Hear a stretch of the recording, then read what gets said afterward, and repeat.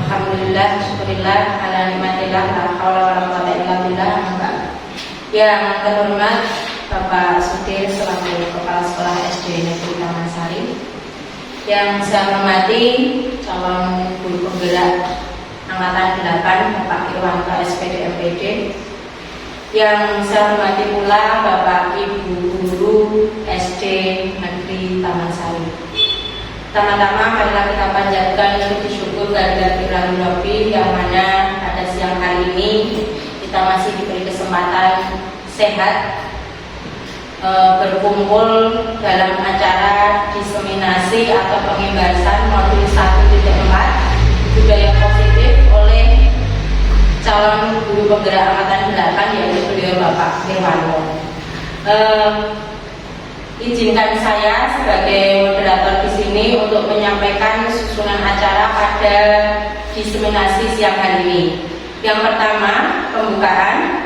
Yang kedua, sambutan kepala sekolah. Yang ketiga, pemaparan materi budaya positif. Yang keempat, penutup. Karena waktu sudah menunjukkan pukul 13.31, sejujurnya acara kita mulai dengan acara yang pertama yaitu pembukaan. Marilah kita buka bersama dengan bacaan basmalah. Bismillahirrahmanirrahim. Acara yang kedua yaitu sambutan kepala sekolah kepada Bapak Sudir selaku Kepala Sekolah SD Negeri Taman Sari. Disilakan. Assalamualaikum warahmatullahi wabarakatuh. Alhamdulillahirabbil alamin. Allahumma shalli wa sallim ala sayyidina Muhammad. Yang saya hormati Bapak Irwanto, calon guru penggerak Angkatan 8. Yang saya hormati pula Bapak Ibu Guru SD Negeri Taman Sari. Alhamdulillah, pada hari ini kita bisa melaksanakan kegiatan diseminasi atau pembahasan yang terkait dengan budaya positif. Dalam kegiatan ini intinya kami dari pihak sekolah intinya mendukung, kemudian semoga nanti kegiatan ini dapat terlaksana sesuai dengan apa yang direncanakan. Dan nanti kepada Bapak Irwanto, silakan dan dieksplor sebesar-besarnya dan sedalam-dalamnya supaya nanti apa yang akan disampaikan terkait materi budaya positif ini dapat diterima, dapat dipahami oleh rekan-rekan guru semua. Kemudian terkait nanti materinya, setelah nanti disampaikan oleh Pak Irwanto kepada Bapak Ibu Guru semua, jika nanti ada yang perlu ditanyakan, kemudian atau ada yang perlu ingin tahu lebih lanjut, maka nanti tidak usah ragu atau tidak usah ewok-ewok, silakan bertanya dengan Pak Ir, karena Pak Ir ini sudah mendapatkan materi atau sudah mempelajari materi terkait dengan hal ini, dan pada akhirnya nanti semoga kegiatan pada hari ini nanti dapat bermanfaat bagi kita semua dan nanti pada akhirnya berimbas dan untuk siswa-siswi kita yang ada di SD Taman Sari ini. Mungkin sekilas hanya itu yang saya sampaikan. Untuk waktunya nanti biar lebih banyak untuk Pak Ir untuk menyampaikan secara seluas-luasnya terkait materi pada hari ini. Cukup sekian dari saya, kurang lebihnya mohon maaf. Wassalamualaikum warahmatullahi wabarakatuh. Terima kasih saya ucapkan kepada Pak Sudir atas sambutan yang diberikan. Acara yang selanjutnya yaitu pemaparan materi budaya positif yang akan dipandu langsung oleh beliau Bapak Irwanto SPD MPD. Kepada Bapak Irwanto disilahkan. Terima kasih. Mohon izin untuk berdiri Bapak Ibu. Assalamualaikum warahmatullahi wabarakatuh. Alhamdulillah. Alhamdulillah. terima kasih buat Bapak Ibu semua yang telah meluangkan waktu untuk kegiatan ini. Yang terhormat Bapak Sudir SPD SD selaku Kepala Sekolah SD Negeri Taman Sari. Yang saya hormati Bapak Ibu Guru SD Negeri Taman Sari. Pada kesempatan kali ini kembali saya ucapkan terima kasih atas kehadirannya, atas waktunya untuk mendukung saya dalam kegiatan aksi nyata terkait dengan diseminasi atau pengimbasan modul 1.4 budaya positif. Setelah apa yang saya dapatkan dari pembelajaran di LMS, kemudian untuk aksi nyata ini saya harus memaparkan di sekolah masing-masing. Langsung saja Bapak Ibu, untuk agar waktunya lebih banyak nanti. Diseminasi atau pengimbasan pada modul 1.4 budaya positif. Sebelum saya sampaikan materi ini, biar lebih fokus dalam kegiatan pada siang hari ini, kita lakukan SBD terlebih dahulu. Nah, suasananya memang mendukung sekali, mendukung untuk istirahat ya, karena ini sudah pukul 1:30. Biasanya 1:30 itu enak-enaknya ketika kita bubuk siang. Biar lebih semangat nanti dalam mengikuti acara hari ini, kita SBD terlebih dahulu. SBD-nya santai saja, yang penting kita bahagia bersama. Yaitu kita bermain tepuk fokus dulu. Mudah saja, mungkin Bapak Ibu sudah pernah melakukan tepuk ini, tapi untuk kali ini biar suasananya lebih fresh gitu saja. Yaitu yang pertama, ketika saya bilang pagi,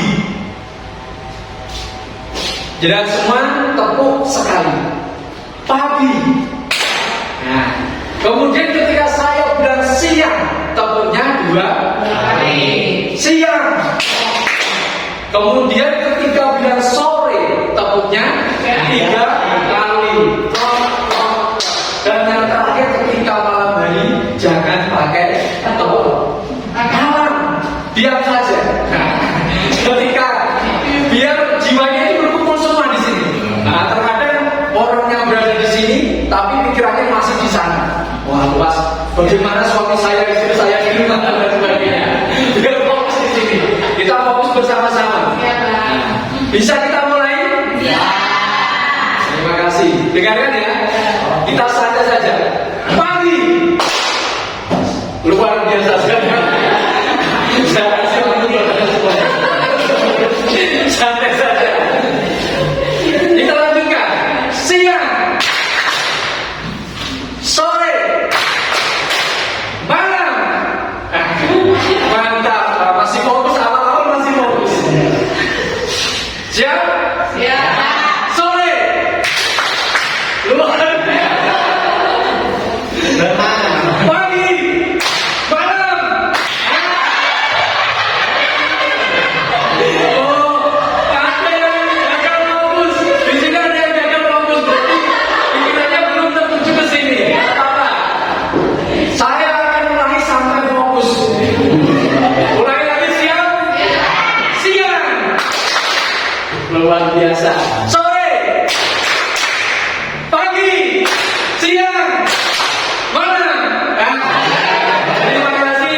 Kita cukupkan. Saya kira sudah fokus semuanya.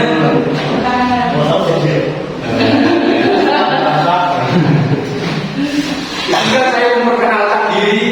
Nama saya adalah Irwanto, calon guru penggerak angkatan 8 dari Kabupaten Pati yang berasal dari SD Negeri Taman Sari. Jangan kamu sama fotonya.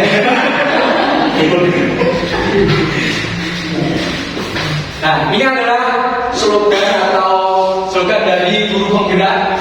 Ketika ada yang bilang guru penggerak, menjawab salam dan bahagia. Di Di situ diharapkan setiap masing-masing dari guru penggerak itu bahagia dalam menuntun anak sampai ke impian yang setinggi-tingginya itu. Bapak dan Ibu guru yang hebat, terkait dengan agenda hari ini tadi sudah dibacakan, itu yang pertama dan pembukaan sudah terlewatkan, sambutan kepala sekolah, kemudian ini saatnya pemaparan materi. Nah, untuk mengawali kegiatan pada siang hari ini adalah ada pernyataan pemantik yang kaitannya dengan budaya positif, yaitu yang pertama. Ini ada jawaban, nanti terserah panjenengan semua, setuju, boleh tidak. Yang pertama, hukuman dapat mendisiplinkan siswa. Menurut jenengan semua, setuju apa tidak? Boleh nggak apa-apa dijawab? Boleh dijawab, nggak apa-apa. Boleh setuju, boleh tidak. Setuju. Ada yang setuju, ada yang sebelah sini tidak, nggak apa-apa. Kemudian yang kedua, pemberian hukuman dengan hasil positif seperti membaca atau membersihkan halaman sekolah dan dapat meningkatkan disiplin anak. Betul atau tidak? Setuju atau tidak? Setuju? Oke. Yang ketiga adalah memberikan penghargaan berupa hadiah, reward dan lain sebagainya dapat meningkatkan motivasi belajar anak. Setuju atau tidak? Nah, tadi yang pertama jawabannya ada dua jawaban yang terbelah. Ada yang setuju, ada yang tidak. Yang kedua setuju semua, dan yang ketiga setuju semua. Oke, kita simpan jawaban kita. Kemudian nanti setelah kita mendalami materi, kita bisa mengambil refleksi atau kesimpulan apakah dari jawaban kita tadi itu sesuai apa tidak. Nah, itu. Next, kita lanjutkan. Nah, untuk eksplorasi konsep pada materi diseminasi pada kali ini ada 6 materi, yaitu yang pertama terkait dengan disiplin positif dan nilai kebajikan universal. Kemudian yang kedua teori motivasi, yang ketiga teori motivasi, hukuman dan penghargaan serta restitusi. Yang ketiga yaitu keyakinan kelas. Yang keempat, kebutuhan dasar manusia dan dunia berkualitas. Yang kelima, restitusi terkait dengan 5 posisi kontrol. Kemudian yang keenam, restitusi dengan segitiga restitusi. Apa itu semua? Penasaran bukan? Penasaran? Bapak Ibu penasaran? Itu yang saya harapkan. Ada apa itu rasa penasaran, rasa keingintahuan. Berarti jangan semua fokus, karena apa? Ini demi kebaikan SD kita bersama. Untuk yang pertama yaitu disiplin positif dan nilai kebajikan. Nah, ini ada sebuah permainan terkait dengan perubahan paradigma, yaitu dengan kegiatan kepalan tangan. Saya minta 2 orang relawan sambil berdiri gak apa-apa, di tempat duduknya gak apa-apa. Nanti di sini tugasnya adalah, di sini adalah salah satu A dan juga B. Mau ke siapa dulu yang mau dulu? Nanti saya jelaskan. Mas Heru, Pak Heru, ya, Pak Heru dan Bu Yayu, siap. Terima kasih atas kesediaannya. Di tempat duduk saja gak apa-apa. Ya. Duduk atau berdiri, Pak? Berdiri saja gak apa-apa, berdiri. Nah, di sini nanti Pak Heru itu sebagai tokoh A. Ya. Kemudian Bu Sri Rahayu sebagai tokoh B. Tugasnya adalah yang A, tugas Pak Heru, yaitu mengepakkan salah satu tangannya. Kemudian membayangkan bahwa Anda itu menyimpan sesuatu yang sangat berharga. Kemudian Anda itu perlu menjaga dengan sekuat tenaga, jangan sampai diminta oleh pihak B, terserah nanti apakah Anda akhirnya memberikan atau tidak. Nah, kemudian yang Yayu, yaitu yang B, dengan sekuat tenaga merayu, boleh merayu, membujuk dengan apapun boleh, kemudian mengancam, menghati, menyuap, bahkan sampai menyuap, agar dapat membuka kepala tangan dari Pak Heri. Nah, nanti apa yang terjadi bisa kita simpulkan di belakang. Monggo silakan bisa dimulai. Berdekatan berarti Pak. Enggak sambil berdekatan atau tidak enggak apa-apa. Dari jauh enggak apa-apa. Kalau merayu kan agak-agak berdekatan. Oh, gitu. Monggo lah kalau mau di depan sini enggak apa-apa. Kamu kayak mana? Jangan biar berdekatan. Ya, Ada sesuatu. Apa itu? lebih keras lagi. Rahasia. Ya, saya ingin tahu boleh. Belum boleh. Saat ini belum boleh. Saat ini belum boleh. Saat ini belum boleh. Ya, saya ingin tahu ada apa. Iya, ya. Belum saatnya kamu tahu ini. Ada jalan-jalan loh. Mau ya? Boleh. Apa ini dalamnya? Oke.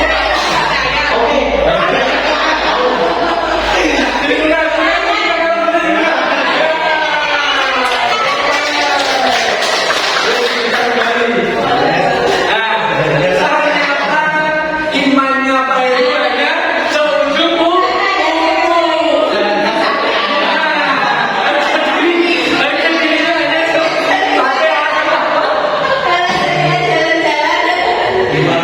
walaupun awalnya tidak boleh, akhirnya belakangan boleh.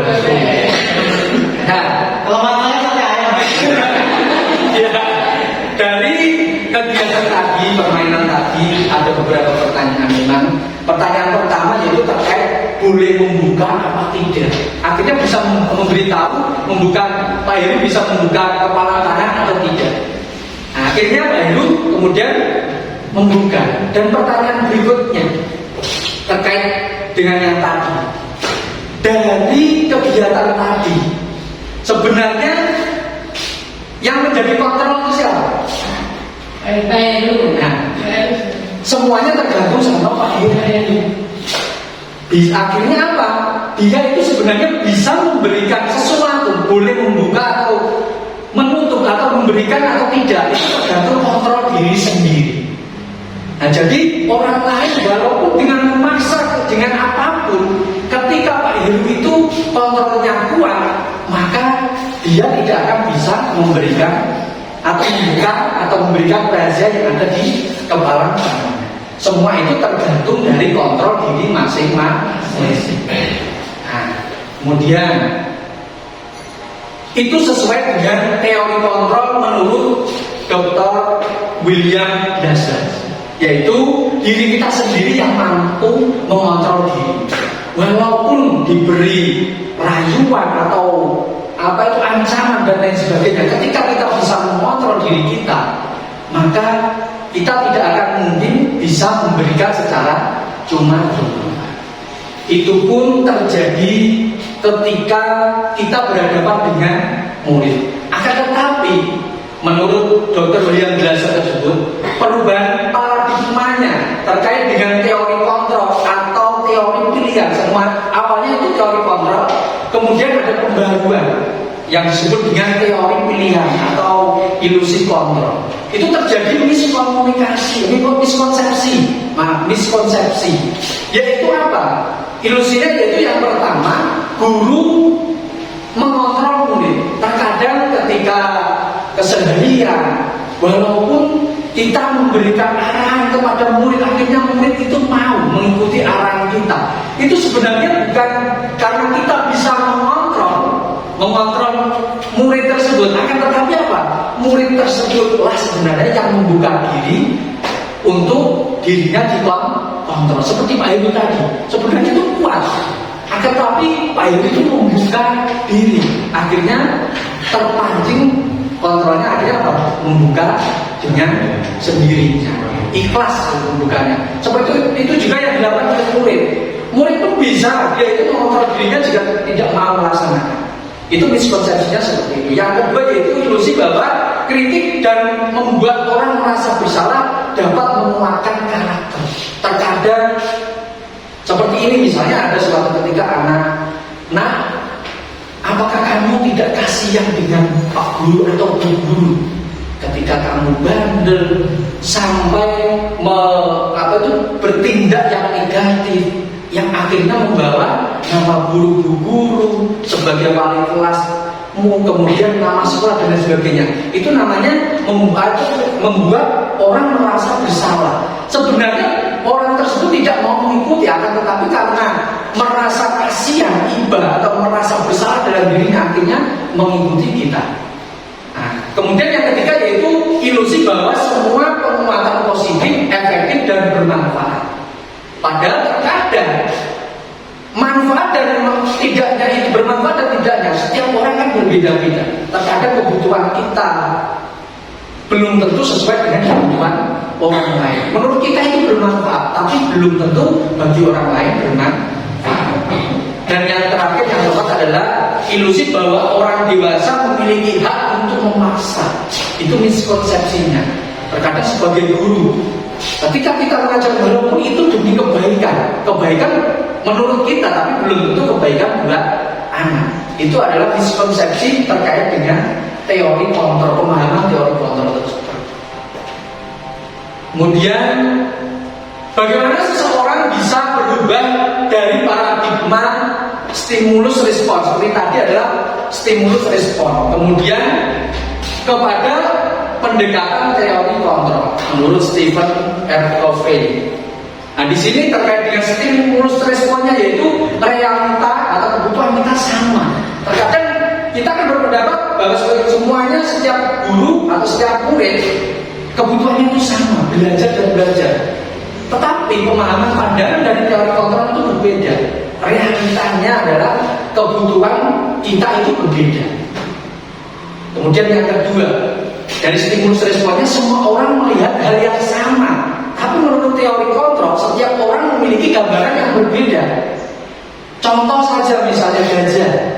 Nah, kita melihatnya besar, kalau dari samping gajah itu panjang dan sebagainya. Ketika dilihat dari belakang kan berbeda.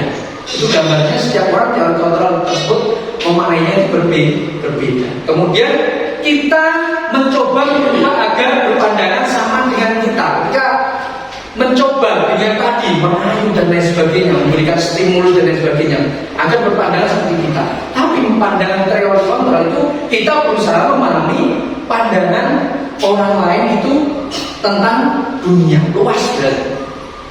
Kemudian perilaku buruk dilihat sebagai suatu kesalahan, itu menurut stimulus respon. Akan tapi menurut teori kontrolnya, yaitu setiap perilaku memiliki tujuan. Walaupun anak melakukan hal yang negatif, pasti kalau pandangan teori kontrol pasti memiliki suatu tujuan. Kemudian orang lain bisa mengontrol saya, itu menurut stimulus respon. Akan tapi untuk teori kontrol yaitu hanya Anda yang bisa mengontrol diri Anda. Seperti contoh tadi, sebenarnya yang bisa mengontrol bukan dianya, akan tetapi Pak Herunya sendiri yang bisa mengontrol dirinya sendiri. Pak Heru boleh tidak membuka kepalan tangan. Nah, itu boleh sebenarnya. Itu yang mengontrol, bukan dianya. Akan tetapi tadi Pak Heru yang membuka diri terkait dengan kontrol diri tersebut. Kemudian saya bisa mengontrol orang lain. Anda itu sebenarnya tidak bisa mengontrol orang lain kalau menurut teori kontrol. Karena apa? Yang dikontrol itu yang bersedia membuka diri. Kemudian pemaksaan ada pada saat bujukan gagal. Biasanya ketika membujuk gagal, akhirnya dipaksa seperti tadi, dipaksa beri apa, dirayu dan sebagainya. Akhirnya karena merasa bersalah dan lain sebagainya, mungkin karena malu dan lain sebagainya, akhirnya responnya mau menerima. Tetapi dalam teori kontrol, kolaborasi dan konsensus menciptakan pilihan-pilihan baru. Dan yang terakhir, model berpikirnya itu dalam stimulus respon adalah menang dan kalah. Kalau tidak menang, otomatis kalah. Tapi kalau teori kontrol tidak, model berpikirnya itu positif, selalu positif. Tidak ada kata kalah, tapi apa? Menang, menang, dan menang. Selalu berpikir positif seperti itu. Nah, terkait dengan ini semua,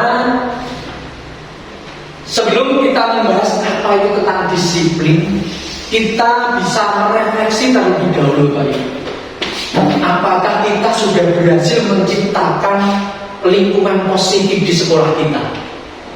Apakah kita sudah berhasil mendisiplinkan siswa kita? Walaupun sudah ada kegiatan, program-program terkait dengan disiplin positif yang ada di sekolah, apakah sudah berhasil dengan pandangan kita? Apakah kita masih memaksakan kepada anak dan lain sebagainya? Tapi sebelum itu kita refleksi dulu terkait dengan apa itu disiplin.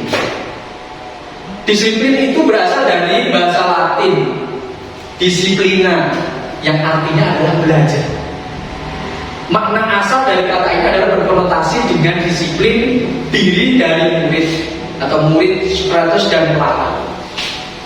Kemudian disiplin diri membuat orang menggali potensinya menuju suatu tujuan apa yang dia hargai.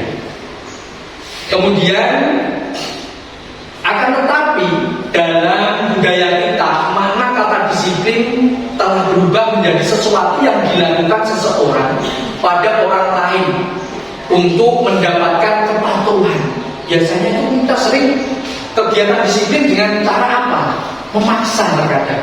Secara tidak sadar kita itu memaksa. Tidak berasal dari internal diri anak itu sendiri. Kecenderungan umum adalah menghubungkan kata disiplin dengan ketidaknyamanan. Kemudian bukan dengan apa yang kita hargai atau pencapaian suatu tujuan yang mulia. Contoh kecil saja, ketika anak upacara kemudian tidak membawa atribut dan lain sebagainya. Kalau kita mendisiplinkannya dengan memaksakan, terkadang ada yang sampai melakukan sanksi, walaupun sanksinya itu mendidik. Seperti saya dulu ketika waktu sekolah pun sama. Ketika tidak upacara, tidak membawa kaos kaki atau tidak memakai topi, akhirnya apa? Diminta lupa.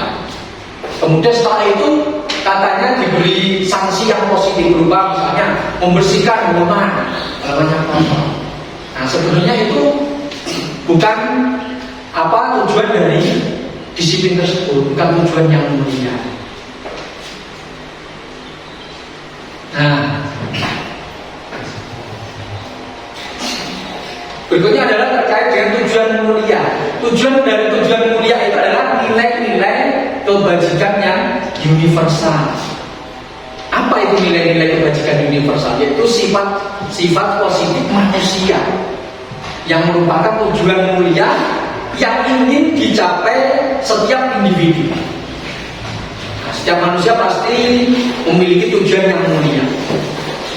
Nilai-nilai tersebut bersifat universal dan lintas bahasa, suku, agama maupun latar belakang.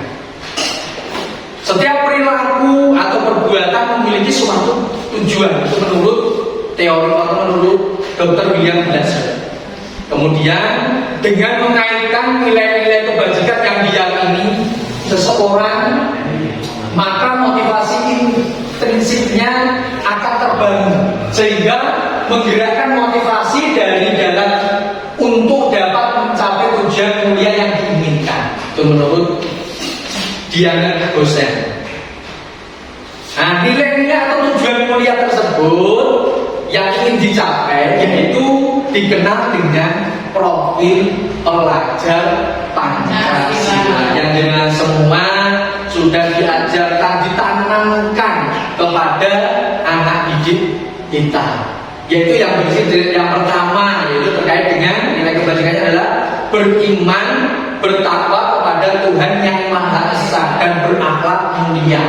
Yang kedua adalah mandiri, menalar kritis, berkebinekaan global, bergotong royong dan kreatif. Nilai-nilai itulah yang disebut sebagai tujuan yang mulia. Tujuan mulia. Bolehkah kita memaksa anak didik kita? Bagaimana menurut Bapak Ibu, bolehkah kita memaksa anak didik kita? Setelah tadi kaitan dengan hukuman yang sudah mengatakan setuju, ada yang tidak dan lain sebagainya. Setelah sedikit mendapatkan gambaran itu, bolehkah kita memaksa anak didik kita walaupun itu demi kebaikan? Tidak boleh, betul sekali. Kita itu harus mengubah mindset pola pikir kita. Ketika kita mendisiplinkan siswa, kita tanamkan, yang kita lakukan itu apa? Motivasi perilaku. Motivasi perilaku manusia. Berarti kita tidak boleh memaksa, walaupun dengan hukuman atau pemberian hadiah. Terkadang pemberian hadiah memang terkadang berhasil, tapi berhasilnya tersebut ada efeknya hanya dalam jangka waktu yang pendek.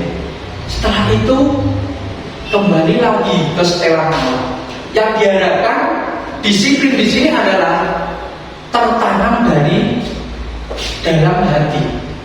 Nah, dari motivasi internal dari dalam diri anak itu sendiri. Bagaimana cara penanganan tersebut nanti akan mendapatkan jawabannya pada materi-materi berikut. Oh, tenang saja, tidak usah sekarang. Santai saja. Yang kedua yaitu terkait dengan teori motivasi ini. Teori motivasi, kemudian apa itu hukuman, kemudian apa itu penghargaan, dan apa itu restitusi. Nah, semakin lama akan materinya akan semakin luar biasa. Ada kata-kata yang mungkin jangan baru mau tahunya apa itu restitusi. Nah, itu pasti ada terkait dengan itu semua. Mari kita bahas terkait dengan teori motivasi perilaku manusia. Nah, ini kebanyakan teori perilaku manusia itu membahas tentang satu. Yang pertama adalah untuk menghindari ketidaknyamanan atau hukuman. Biasanya orang melakukan itu karena itu. Misalnya wajib datang. Contoh saja, ini bukan dari yang munafik misalnya. Contoh saja kita pagi sampai apa itu istilahnya gugup, kebut-kebutan di jalan dan lain sebagainya. Terkait dengan apa? Agar kita absen sampai di sekolah tidak telat. Motivasinya itu apa? Itu terkait dengan ini, untuk menghindari ketidaknyamanan atau hukuman. Berbeda kalau itu sudah menjadi tanggung jawab kita.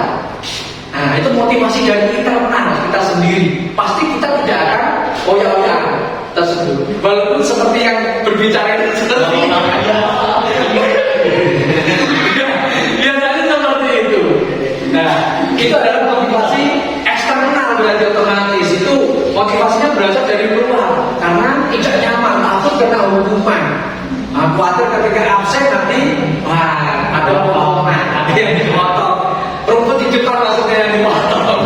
Kemudian yang kedua, motivasi kedua adalah untuk mendapatkan imbalan dari orang lain atau institusi. Misal kita melakukan contoh kecil saja misalnya, ketika kita membina ada suatu sekolah misalnya, ketika anak didiknya mendapatkan juara, kemudian pembinanya itu diiming-imingi, misalnya ketika berhasil membawa juara sekian, akan diberi peribad berupa sekian misalnya, dengan uang sekian atau apalah entah itu.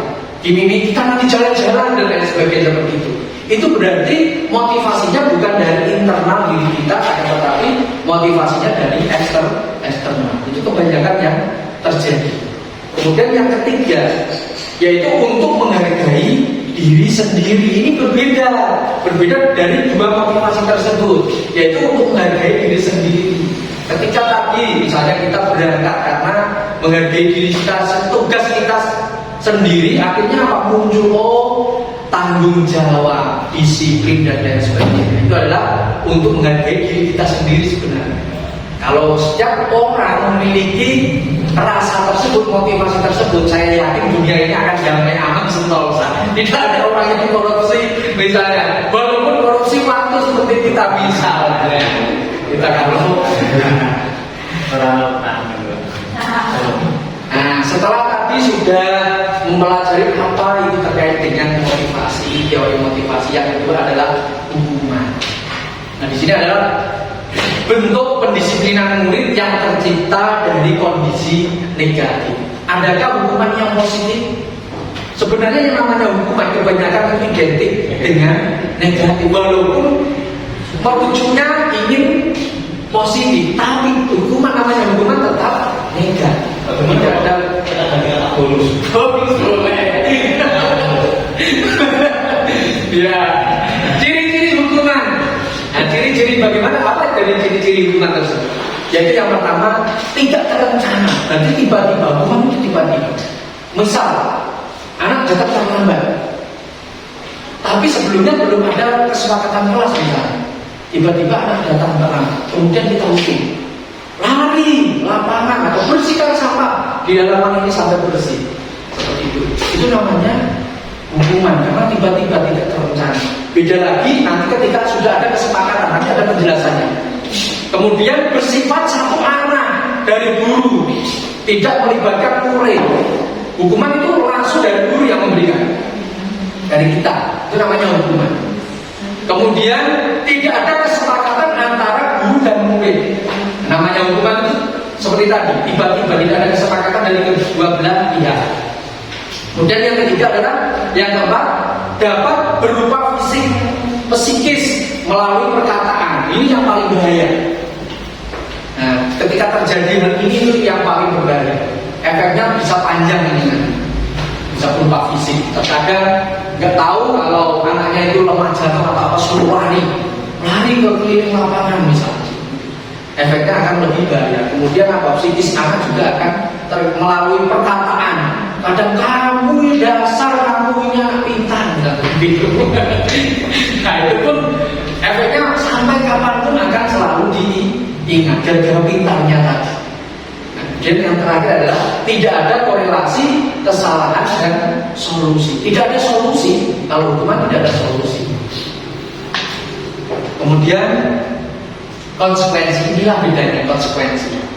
Terkadang kita salah memahami terkait dengan hukuman dan konsekuensi. Konsekuensi itu adalah suatu keadaan di mana terdapat kesepakatan dan bentuk tanggung jawab yang sudah diprediksi oleh murid dan guru. Ini ada kesepakatan, yaitu ciri-ciri konsekuensi adalah adanya kesepakatan antara guru dan siswa. Misal seperti ini contoh. Ketika belajar di dalam rumah, sudah membuat kesepakatan atau keyakinan kelas. Bagi siswa yang bercanda bermain sendiri misalnya, akan mendapatkan sanksi. Sanksi ini misalnya disuruh berjoget atau apa di depan misalnya. Atau diminta menuliskan di buku misalnya, saya tidak akan mengulangi sampai bukunya penuh misalnya. Ketika ada salah satu, karena itu kan ada kesepakatan, kemudian murid mengiyakan, bersedia apa tidak, setuju apa tidak setuju, nah, itu ada kesepakatan. Namanya ketika ada pelanggaran tersebut, itu namanya bukan hukuman tetapi konsekuensi. Ada kesepakatan kedua belah, melibatkan murid dalam perumusan konsekuensi seperti tadi, melibatkan membuat keputusan ini disetujui bersama. Adanya korelasi antara kesalahan dan solusi. Tadi, jika ada kesalahan, ada solusinya ini seperti itu. Guru bertindak sebagai pemantau, itu mengawasi toh. Ketika ada yang salah, oh ini berarti kamu melanggar ini. Sudah tahu konsekuensinya, sudah Pak, saya akan melakukan ini. Nah itu berarti anak itu sudah tahu bedanya dengan hukuman seperti itu. Kemudian motivasinya bukan dari motivasi internal, tapi motivasinya itu eksternal dari luar. Kemudian yang ketiga adalah penghargaan, yaitu penghargaan dapat berupa pemberian, pujian, atau berupa material atau benda atau stiker ditempel. Nah ini mungkin biasanya kebanyakan adalah kelas-kelas bawah ini biasanya. Ketika pembelajar, saya mendapatkan bintang dari langit diambil, ditempelkan di punggungnya misalnya, dan lain sebagainya. Nah, di situ berarti ada motivasi. Motivasinya adalah berupa motivasi eksternal. Wah, saya suka. Tadi saya mendapatkan bintang 10, apalagi tambah. Ketika nanti mendapat bintang 10 bisa ditukar di toko bangunan terdekat misalnya. Mendapatkan semen 1 sak misalnya seperti itu. Nah, itu adalah termasuk penghargaan. Kemudian alasannya, 5 alasan tidak menggunakan penghargaan itu adalah yang pertama menghambat kinerja. Jelas, kreativitas dan motivasi murid karena bersifat eksternal itu dalam jangka pendek. Suatu ketika misalnya guru tersebut tidak memberikan reward atau penghargaan, akhirnya apa? Dia itu merasa kecewa. Jelas kecewa. Wah, hari ini biasanya saya Pak Heru memberikan reward, kemudian saya terkadang diberi jajan, diberi hadiah. Padahal saya tadi sudah menjawab betul semua. Akhirnya kecewa. Wah, besok-besok kalau saya diminta menjawab, saya diam aja. Misalnya ini kan hanya berlaku dalam jangka pendek. Tidak terjadi motivasi dari dalam dirinya sendiri. Itu yang paling baik. Kemudian hadiah memiliki potensi hukuman.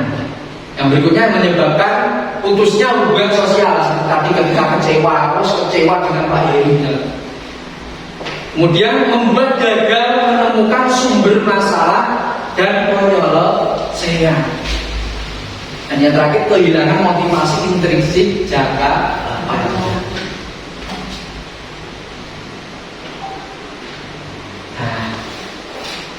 Terkait dengan penghargaan tadi yang sering dilakukan Bapak Ibu sama juga kita itu mendukung murid dengan penghargaan.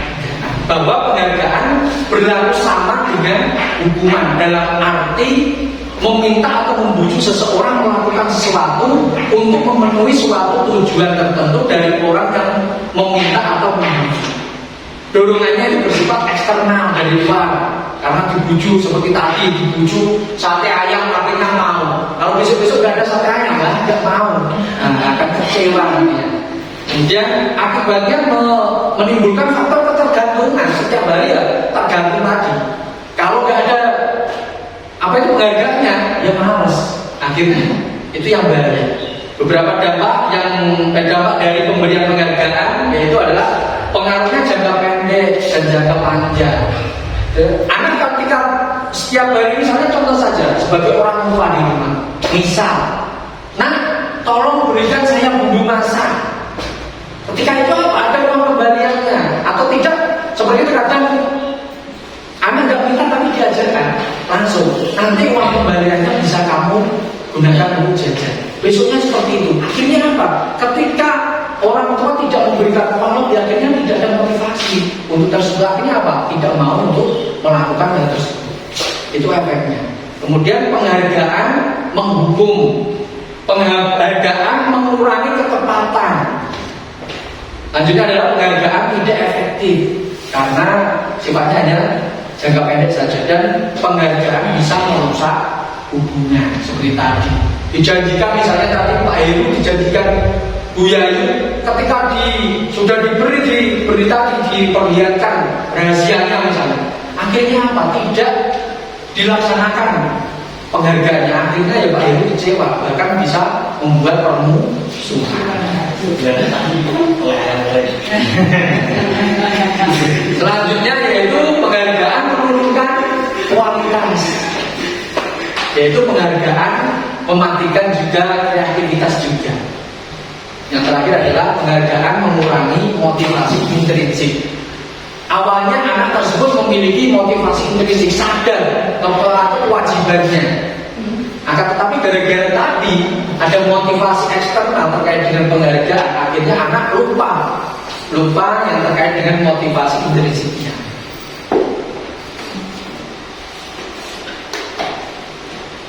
Kemudian bentuk program kebajikan atau apresiasi. Dalam memberikan apresiasi atau pengakuan perlu diingatkan beberapa hal, yaitu beri pengakuan secara khusus.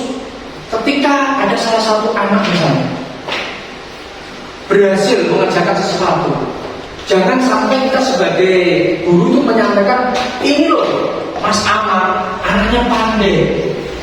Kemudian apa? Anak-anak semuanya harus meniru Mas Amar. Tidak boleh. Itu sama juga seperti pembulian, membuli yang lain menganggap Mas Amar itu paling sendiri, kemudian yang lain dianggap kurang ada. Silakan monggo ya Bapak. Yang kedua adalah pengakuan secara pribadi, berarti khusus pemberian pengakuannya itu khusus, jangan sampai mendengar yang lain. Kemudian pengakuan secara pribadi, berpengakuan kepada semua murid secara bergantian. Jika memberikan apresiasi, semuanya harus diapresiasi. Misalnya, wah kelas 5 ini luar biasa, kalian adalah anak yang pandai, cerdas dan terampil misalnya. Semuanya, jangan hanya 1-2 orang. Kemudian pemberian pengakuan harus konsisten. Konsisten setiap anak melakukan hal yang mulia, ya kita harus beri apresiasi. Jangan hanya sekarang, ya besok melakukan yang baik, akhirnya hanya bertanya-tanya. Loh biasanya saya diberi ini, motivasi ini dan sebagainya, sekarang kok tidak. Nah itu harusnya konsisten. Dan yang terakhir adalah fokus pada proses. Nah ini contoh pengakuan atau apresiasi. Misalnya dengan kalimat pembuka, kemarin saya perhatikan anak-anak, ya kita seperti itu. Ada saya menghargai, misalnya pendapat atau apa, atau terima kasih untuk, mengawali dengan kalimat-kalimat tersebut. Nilai kebajikannya apa? Nilai kebajikannya adalah rasa empatimu besar sekali, kepedulianmu, bagaimana rasa tanggung jawabmu. Kemudian situasinya biasanya adalah pada saat menolong murid baru di kelas kita. Seperti contohnya tadi, ada di kelas saya itu ada murid baru. Nah biasanya kita gunakan kata-kata apresiasi kebajikan seperti yang ada tersebut. Kemudian adalah pada saat kamu membantu teman-temanmu di tugas kelompok, itu beri apresiasi semuanya. Dan pada saat kamu memungut kertas-kertas yang berserakan di lantai, kita ada siswa yang memungut sampah apapun, kita beri apresiasi. Kemudian selanjutnya, nah ini terkait dengan, nah ini sekarang kita refleksi terlebih dahulu, ya tidak ngantuk sambil ini menjawab apakah ini termasuk hukuman atau konsekuensi. Yang pertama, mencatat 100 kali di dalam buku kalimat, saya tidak akan terlambat lagi Bu, misalnya. Ketika ada anak yang terlambat, itu hukuman atau konsekuensi? Jawab saja, enggak dinilai saja, hukuman. Nah, lari mengelilingi lapangan basket 2 kali, misalnya. Nah, kemudian murid diminta push up, hukuman. Kemudian mengganti kertas teman yang dicoret-coret, hukuman. Membersihkan tumpahan air di meja tulis karena tersenggol, misalnya. Konsekuensi. Murid disuruh untuk mengenakan sepatu seharian di sekolah karena tidak mengenakan sepatu hitam, misalnya. Hukuman. Kemudian yang terakhir, lari mengelilingi lapangan basket 2 kali karena terlambat. Yes, tenang, nanti kita cari jawabannya, Mas. Nah, ini jawabannya. Betul 100 air betul semua. Nah, ini yang pertama tadi hukuman, kedua hukuman. Bedanya apa? Hukuman itu secara tiba-tiba, kalau konsekuensi itu ada kesepakatan dari kedua pihak. Ada kesepakatan terlebih dahulu terkait ini.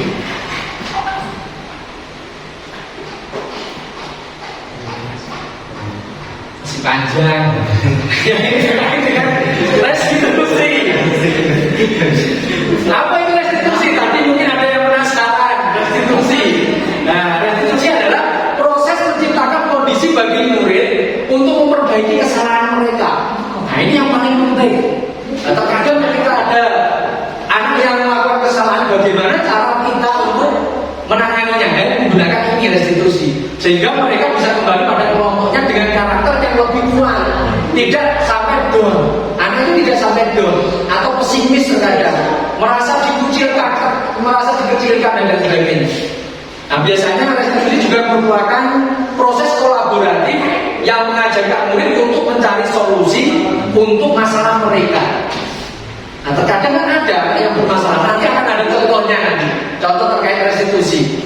Kemudian membantu murid berpikir tentang orang seperti apa yang mereka inginkan terkait dengan tujuan mulia dan bagaimana mereka harus memperlakukan orang lain. Ini ciri-ciri dari restitusi. Yang pertama adalah bukan untuk menebus kesalahan, namun untuk belajar dari kesalahan. Itu fungsi dari ciri-ciri dari restitusi. Terkadang kan kita, kamu melakukan ini, kamu harus ini. Nah, bukan seperti itu. Tapi di sini yaitu untuk belajar dari kesalahan biar tidak mengulanginya kembali. Yang kedua adalah memperbaiki hubungan. Nah, ketika semula ada permasalahan, misalnya ada murid yang bertengkar, nah, kemudian kita lakukan dengan restitusi. Nanti akan ada tahapan-tahapan restitusi. Kemudian tawaran, bukan paksaan. Berarti kita hanya menawarkan, nanti anak yang memutuskannya sendiri. Kemudian restitusi menuntun untuk melihat ke dalam diri. Kemudian restitusi mencari kebutuhan dasar yang mendasari tindakan. Restitusi diri adalah cara yang paling baik. Kemudian restitusi fokus pada karakter, bukan tindakan. Fokusnya pada karakter sang murid atau anak. Kemudian restitusi fokus pada solusi. Kita ingin mencari solusinya yang terbaik bagaimana. Dan restitusi mengembalikan murid yang berbuat salah pada kelompoknya. Terkadang ini yang paling sulit. Ketika ada, contoh saja kemarin ketika di kelas saya ada anak yang berantem sampai jatuh. Nah, yang paling sulit adalah apa? Bukan karena apa itu yang jatuh tadi harus diperiksakan dan lain sebagainya. Yang paling sulit adalah mengembalikan mental keduanya, yang dijatuhkan dan juga yang menjatuhkan, agar bisa membawa kembali dengan anak seperti tidak ada permasalahan kembali. Nah, ini terkait dengan perbedaan apa itu hukuman, kemudian konsekuensi atau restitusi. Identitas gagal itu adalah hukuman, jelas. Hukuman itu identitasnya gagal. Identitas sukses adalah disiplin dengan konsekuensi atau restitusi. Kita lanjut saja. Nah, ini untuk materi berikutnya ada itu terkait dengan keyakinan kelas. Nah, ini mengapa tidak peraturan saja? Mengapa harus keyakinan kelas? Nah, ini mungkin jenengan semua sudah melakukan tersebut. Nah, mungkin seperti ini misalnya, nah, kurang misalnya, belum sudah kira-kira kelas. Nanti setelah ini Bu Novik bisa membuat keyakinan kelas. Mengapa kita memiliki peraturan harus menggunakan helm ketika mengendarai roda 2? Kenapa? Nampak sepeda motor harus menggunakan helm? Nah, betul, keselamatan. Yang kedua, mengapa kita perlu peraturan 3M? Memakai masker, mencuci tangan, menjaga jarak terkait dengan COVID kemarin misalnya. Kenapa? Menjaga apa kalau itu? Kebersihan, kesehatan dan lain sebagainya. Mengapa kita perlu memiliki peraturan harus datang tepat waktu pada saat mengikuti pelatihan misalnya? Nah, disiplin, betul, melatih disiplin untuk mendukung motivasi intrinsik dari dalam, kembali ke nilai-nilai atau keyakinan-keyakinan lebih menggerakkan seseorang dibandingkan mengikuti serangkaian peraturan. Itulah yang diharapkan. Kalau peraturan itu motivasinya eksternal dari luar, tapi kalau keyakinan itu motivasinya dari dalam diri siswa. Yang membuat itu siapa? Yang membuat adalah siswa. Guru hanya memfasilitasi saja. Itu terkait dengan keyakinan kelas. Ini adalah pembentukan keyakinan kelas atau keyakinan sekolah. Keyakinan itu lebih bersifat abstrak daripada peraturan yang lebih rinci dan konkret. Biasanya peraturan kan lebih terperinci dan sebagainya. Ini abstrak, nanti akan ada contohnya. Kemudian keyakinan kelas berupa pernyataan-pernyataan universal. Terus pernyataan keyakinan kelas senantiasa dibuat dalam bentuk kalimat positif. Kalimatnya itu positif, tidak ada kata tidak boleh, dilarang, itu bukan, tapi dengan kalimat positif. Misalnya menjaga kebersihan lingkungan. Nah, seperti itu kan tidak seperti ini misalnya, tidak boleh membuang sampah sembarangan. Itu namanya itu tidak keyakinan kelas. Kemudian keyakinan kelas sebenarnya tidak terlalu banyak, sedikit saja. Yang tidak terlalu sedikit juga, misalnya satu misalnya buat itu ya nggak efektif. Intinya adalah pokok-pokoknya terkait dengan apa yang ada di kelas itu tercover semua dalam keyakinan kelas tersebut, sehingga anak itu secara sadar dari dalam dirinya apa, ketika belajar dia akan melakukan apa yang sudah diyakini tanpa kita memberikan apa-apa, tidak boleh ini, data kamu terlambat gara-gara ini. Kita tidak usah itu kan, anak otomatis akan sadar karena itu motivasi dari dalam dirinya sendiri. Kemudian keyakinan kelas sebaiknya sesuatu yang dapat diterapkan di lingkungan tersebut. Nah, misalnya di sini itu hanya menyesuaikan dengan lingkungan murid. Kemudian semua warga kelas sebenarnya ikut berkontribusi dalam pembuatan keyakinan kelas lewat kegiatan curah pendapat. Jadi tidak hanya guru ini saja, guru itu sebenarnya hanya memberikan masukan atau seperti stimulus saja. Kemudian siswa yang memberikan, karena apa? Yang melaksanakan itu nanti adalah siswa juga. Walaupun kita juga tidak apa itu namanya terus waktu guru, saya guru, otomatis yang melakukan hanya siswa, bukan, kita semua warga kelas yang melaksanakan. Kemudian bersedia meninjau kembali keyakinan kelas dari waktu ke waktu. Walaupun terkadang sebelum sudah dibuat keyakinan kelas, suatu ketika dalam perjalanan ada ketidaksesuaian atau tindakan yang kurang tepat, bisa ditinjau kembali. Mungkin ternyata keyakinan kelasnya itu masih perlu ditambah. Seperti itu. Jadi bisa bertambah sewaktu-waktu. Kemudian langkah-langkah membuat keyakinan kelas, yaitu yang pertama membuka ruang diskusi. Terkadang anak kecil, anak kelas 1, kelas 2 masa bisa membuat keyakinan kelas? Bisa. Tergantung bagaimana kita mengarahkan tersebut. Kita sebagai guru jangan sampai meremehkan anak, karena anak itu dibekali kodrat kekuatan anak yang secara lahir mungkin dari awal, mungkin dari TK, dari pendidikan sebelumnya itu sudah dibekali dengan hal tersebut. Nah, kita tinggal melanjutkan dan mengeksplor lagi. Kemudian mencatat, setelah itu mencatat. Kemudian merumuskan mana yang termasuk keyakinan, mana yang termasuk peraturan. Yang kaitannya dengan kalimat-kalimat positif itulah yang termasuk dengan yang disebut dengan keyakinan kelas. Kemudian tinjau kembali seperti tadi, membuat pernyataan keyakinan kelas. Kemudian tanda tangan dan pajak kalau sudah. Nah, kalau sudah disepakati bersama nanti tanda tangannya satu persatu. Kemudian baru dipajak. Berikutnya yaitu, nah ini kegiatan pendalaman keyakinan kelas itu bisa dituliskan dalam tabel T dan tabel D. Ini dipilah-pilah menjadi 3 bagian, yaitu terkait dengan hormat, rasa hormat. Kemudian kaitannya dengan bekerja atau pekerjaan di situ, kegiatan kerja. Kemudian diterima dan dimiliki. Yaitu terkait dengan hormat, kami meyakini bahwa sangat penting untuk menghormati semua orang dan barang milik orang lain. Nah, itu biasanya digambarkan dalam ketika Y seperti ini. Itu yang terdengar, berperilaku, terlihat. Kemudian yang bawah, nah ini bekerja, formatnya untuk yang formatif seperti ini, hormat. Ada tampak seperti, tampak tidak tampak seperti itu formatnya.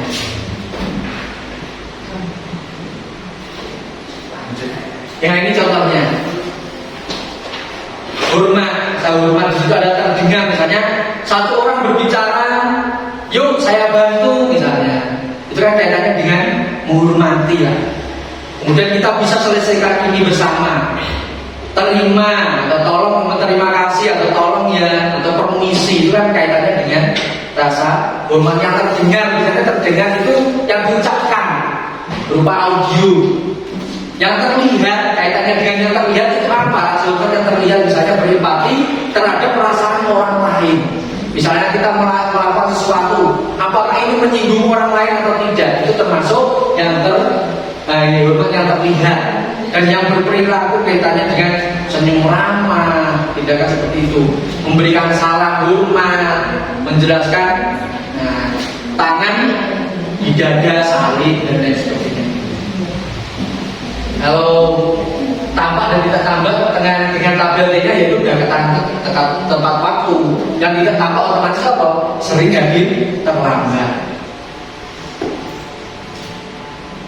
Nah ini terkait untuk merumuskan keyakinan kelas. Contohnya adalah tidak boleh memotong pembicaraan teman. Nah itu kata tidak boleh diganti dengan apa? Menghargai yang berbicara. Itu kalimat positifnya seperti itu.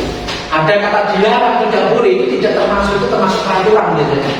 Nah diganti dengan menghargai yang berbicara. Kemudian menjaga barang yang dipinjam. Terus menjaga kedamaian dan ketentraman. Itu di dalam pembelajaran misalnya ada yang ketika sudah tahu apa itu motivasi implisitnya harus menjaga kedamaian dan ketentraman. Nah, dipajang di kelas otomatis anak meyakini hal tersebut. Kemudian belajar dengan tekun, mengerjakan tugas tepat waktu, ramah kepada guru dan teman, datang tepat waktu, bukan dilarang terlambat misalnya. Dilarang telat itu bukan namanya keyakinan. Kemudian peduli kepada teman. Nah, seperti itu adalah contoh-contoh keyakinan kelas. Nilai kebajikannya apa? Nilai kebajikannya adalah saling menghormati, terus gotong royong, baik, tekun. Nah, merasa terima dan dimiliki. Kemudian materi berikutnya yaitu kebutuhan dasar manusia dan dunia berkualitas.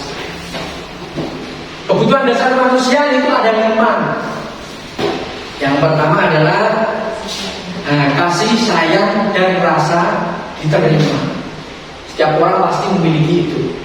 Ingin disayangi, ingin mengasihi, seperti teman saya seperti itu. Ingin diterima. Ketika mencintai seseorang, ingin dicintai pula dan ingin diterima. Yang berikutnya adalah kesenangan. Akhirnya apa? Setelah dikasih rasa kasih dan sayang, diterima, akhirnya mendapat kesenangan dan kebahagiaan. Itu pasti orang menginginkan kebutuhan dasar tersebut. Kemudian ingin kebebasan, bebas melakukan apapun tanpa tekanan. Misalnya Pak Sudir ini memberikan kebebasan sebebas-bebasnya setiap guru untuk mengelola kelas atau melakukan kegiatan pembelajaran sesuai dengan metode atau model pembelajaran yang diinginkan seperti itu. Kemudian penguasaan, ingin menguasai. Nah, setiap orang pasti ingin menguasai. Contoh saja kita, ketika dalam pembelajaran kita harus menguasai apa? Penguasaan kelas, penguasaan materi juga ketika mengajar. Dan yang terakhir, ingin bertahan hidup. Jelas manusia ya, ingin bertahan atau mempertahankan hidup. Itu kebutuhan dasar manusia. Kemudian 5 posisi kontrol. Nah, walaupun sudah ada kebutuhan dasarnya, sudah mengetahui, akhirnya apa? Tahu posisi kontrolnya. Nah, di sini 5 posisi kontrol adalah yang pertama adalah penghukum. Yang berikutnya adalah pembuat rasa bersalah. Kemudian teman, pemantau, dan yang terakhir adalah manajer. Di posisi manakah kita yang sering kita lakukan? Apakah kita selalu sebagai penghukum? Anak-anak kamu terlambat misalnya. Itu kamu itu misalnya seperti itu. Atau membuat merasa bersalah. Anak-anak kamu apakah tidak kasihan dengan Pak Heru? Misalnya seperti itu. Kalau kamu terlambat ramai terus kelas kamu, saya itu selalu ditegur kepala sekolah, apa kamu tidak kasihan? Menghibah. Nah, itu seperti itu. Atau sebagai teman, halo bro, seperti itu. Itu malah bahaya. Kadang-kadang seperti itu. Dan dengan murid dan guru seperti itu. Saking dekatnya kadang sampai apa? Duduk bersama dan sebagainya itu cepat dan lain sebagainya. Bahkan berbicara halo bro, halo misalnya seperti itu. Dan terlalu. Nah, apakah seperti itu atau memantau guru, memantau ajarnya? Dipantau ada kesalahan ini seperti itu. Atau yang terakhir sebagai manajer, apa itu? Nah di sini motivasinya apa? Guru berbuat. Misalnya kalimatnya itu menggunakan apa? Menghardik. Guru itu menghardik atau menunjuk-nunjuk kayak dengan itu. menyakiti, bahkan ini sampai menyakiti atau menyindir, itu adalah termasuk tipe guru yang posisi kontrol penghukum. Apakah Anda berada di posisi ini?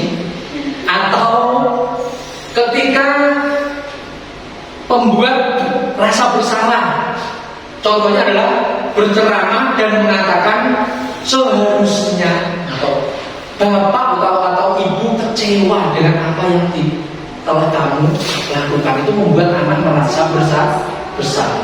Atau teman misalnya perbuatannya apa? Membuat alasan-alasan untuk muridnya. Nah, biasa disediakan alasan misalnya. Kemudian yang terakhir adalah pemantau, menghitung atau mengukur. Kegiatannya seperti itu. Kemudian atau sebagai manajer mengajukan pertanyaan. Kemudian berikutnya adalah guru berkata. Motivasinya adalah guru berkata, kalau kamu tidak melakukannya, awas. Itu berarti seperti mengancam. Itu namanya seperti menghukum, penghukum. Apakah jenengan semua seperti itu? Tidak. Yang tahu Anda sendiri yang bisa menilai. Atau membuat merasa bersalah. Kalau seperti ini kalimatnya, kamu seharusnya, atau kamu sudah tahu ibu lelah sekali, misalnya mengatakannya ibu stres. Itu juga membuat gor-goran itu banget kok. Misalnya, sekali kok rame terus saya, ibu stres jadi stres. Itu membuat rasa bersalah itu. Nah, kalau sampai seperti itu. Atau teman, ayolah lakukan demi ibu. Nah, itu sebagai teman misalnya. Kemudian masa kamu tidak mau, atau ingin tidak, ibu pernah apa ya? Ingat tidak, ibu pernah bantu apa? Nagih malah. Ini nagih, kadang perintahnya begitu. Atau pemantau, apa peraturannya? Kamu sudah tahu kan peraturannya apa? Hanya memberikan apa? Memberikan apa yang sudah mereka ketahui, yang diyakini. Nah, kemudian yang terakhir untuk manajernya adalah apa yang kita yakini itu hampir sama. Pemantau dengan manajer. Nah, nanti mana yang jangan sukai, posisi mana jangan. Atau apa yang bisa kau kerjakan untuk memperbaiki masalahmu, masalah itu atau masalah ini misalnya. Nah, itu kata-kata terkait dengan tipe 5 kontrol posisi tersebut. Dan berikutnya hasilnya apa? Ketika jangan sebut sebagai penghukum, pasti hasilnya adalah membenarkan, menyalahkan orang lain, bahkan berbohong. Itu efeknya terkait dengan posisi kontrol penghukum. Biasanya seperti itu efeknya. Kemudian membuat rasa bersalah, itu menyembunyikan atau menyangkal, sama juga berbohong. Itu biasanya karena apa? Untuk menghindari. Kemudian sebagai teman, misalnya apa? Tergantung terlambat, terus dah harus Pak Idris gampang terus beres, pokoknya beres. Ini kan berteman. Akhirnya tergantungan setiap hari seperti itu. Kemudian kalau pemantau biasanya apa? Langsung menyesuaikan diri. Bila diawasi, efeknya jeleknya itu ada saja efeknya. Jika diawasi, jika tidak ya nggak tahu. Kalau intrinsik dari dalam, otomatis dia akan selalu apa dalamnya. Yang terbaik, yang terakhir adalah manajer, yaitu menguatkan pribadinya. Akhirnya itu yang terjadi. Kaitannya dengan dunia berkualitas, yaitu murid meletakkan guru di luar dunia berkualitas. Orang demi kebaikannya orang wis gak tahu. Karena apa? Gor-gor sudah benci tadi dengan hukuman. Kemudian pembuat merasa bersalah, murid meletakkan guru di dalam dunia berkualitas. Untuk teman, sebagai teman, yaitu murid meletakkan guru sebagai orang yang sangat penting di dunia berkualitas. Karena teman kan, kalau luar biasa seperti itu. Nah, kalau pemantau, murid meletakkan guru peraturan dan hukum di dunia berkualitas, karena selalu dipantau, tahu mana yang benar dan salah. Kalau memang posisi manajer, murid meletakkan dirinya sebagai individu yang positif dalam dunia berkualitas. Kemudian murid berkata, ketika dihukum atau sebagai kontrol penghukum biasanya, biarkan saja, nanti juga marah-marah lagi, karena sudah terbiasa. Gurunya ngamuk gitu kok,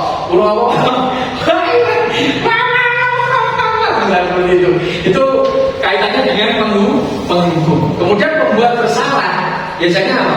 Maafkan saya guru. dia itu terenyuh hatinya biasanya. Kemudian sebagai teman, saya berpikir bapak atau ibu teman saya. Biasanya seperti itu, menganggap gurunya seperti temannya sendiri. Kemudian pemantau adalah berapa banyak bintang yang saya harus peroleh. Nah, seperti tadi guru di bintang setiap hari. Nah, dia itu dipantau, untuk bintang aki, saya mendapatkan bintang banyak. Pasti saya mendapatkan nilai yang luar biasa seperti itu. Itu perasaan dari murid. Kemudian kalau ketika jadi manajer, sebagai posisi manajer, bagaimana cara saya bisa memperbaiki keadaan secara sadar dari dalam dirinya sendiri. Dan yang terakhir adalah dampak pada murid. Kalau kontrol menghukum, mengulangi kesalahan, otomatis dihukum saya ini masih semeneh. Bocah wis dihukum bolak-balik ya. Dihukum setiap hari kok masih bandel saja belakang. Itu efeknya. Kemudian pembuat rasa bersalah biasanya apa? Rendah diri. Akhirnya malah efeknya kurang baik bagi mental anak. Kemudian efek sebuah posisi kontrol teman yaitu lemah, tidak mandiri, tergantung. Nah, dengan salah satu guru ini tadi, guru lagi mau diajak guru lain, akhirnya nggak mau. Karena apa? Merasa sudah bestie, jadi dia merasa bestie ya tadi. Kemudian memantau, menitikberatkan pada sanksi atau hadiah yang kita tanya. Kemudian yang terakhir, ketika sebagai posisi manajer, mengevaluasi diri, bagaimana cara memperbaiki dirinya. Nah, contoh saja, saya kecewa sekali dengan kamu. Itu termasuk membuat orang merasa bersalah. Kalau tidak pernah, kamu tidak pernah benar melakukannya, itu menghukum. Ayo lakukan demi ibu, biasanya itu teman. Apakah kamu mau mendapat stiker bintang? Itu seperti tadi, itu pemantau.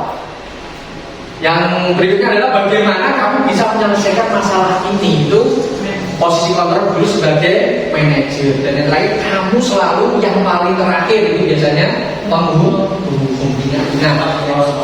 Nah, tinggal bagaimana jenengan mau memposisikan diri sebagai apa di sini? Apakah mau sebagai teman atau penghukum atau manajer? Nah, pasti jenengan sudah memiliki jawabannya sendiri. Nah, ini yang berikutnya adalah materi yang terakhir adalah segitiga restitusi.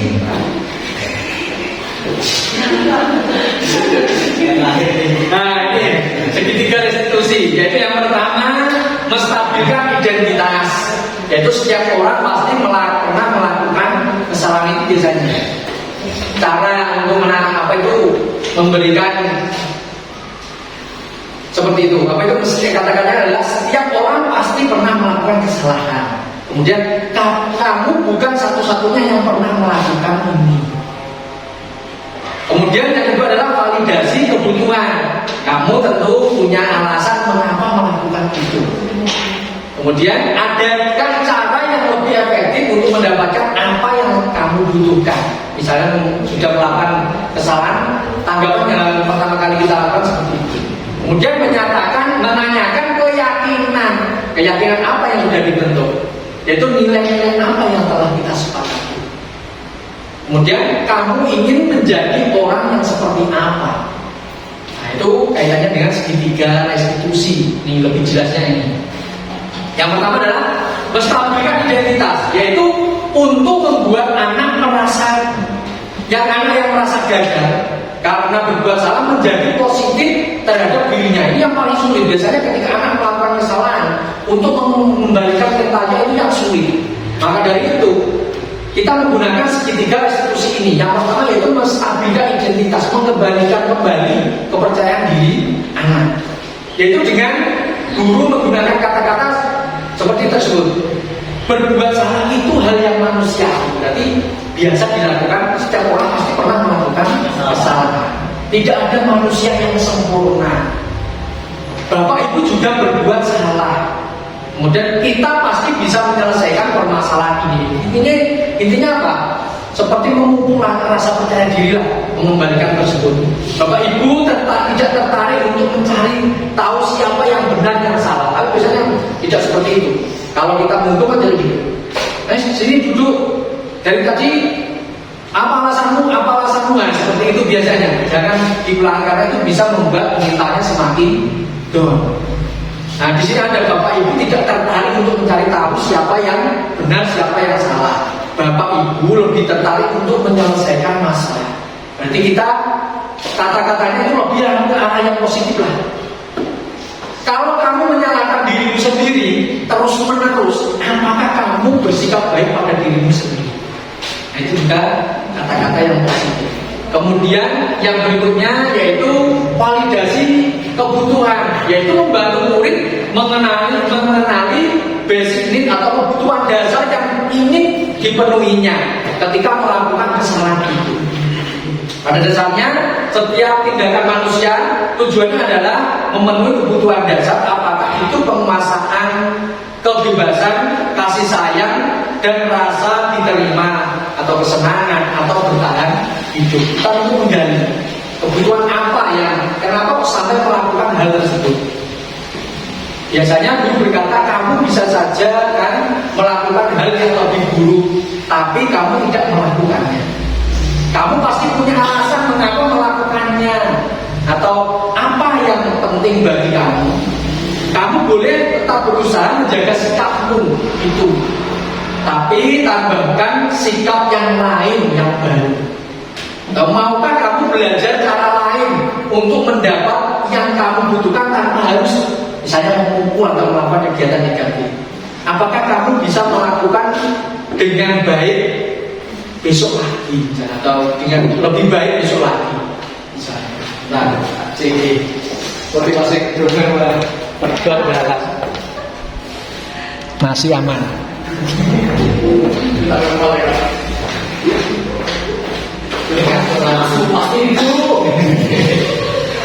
Yang berikutnya adalah menanyakan keyakinan. Nah, setelah kita menstabilkan mentalnya tadi, kemudian menanyakan keyakinan yang sudah dipahami atau disepakati bersama.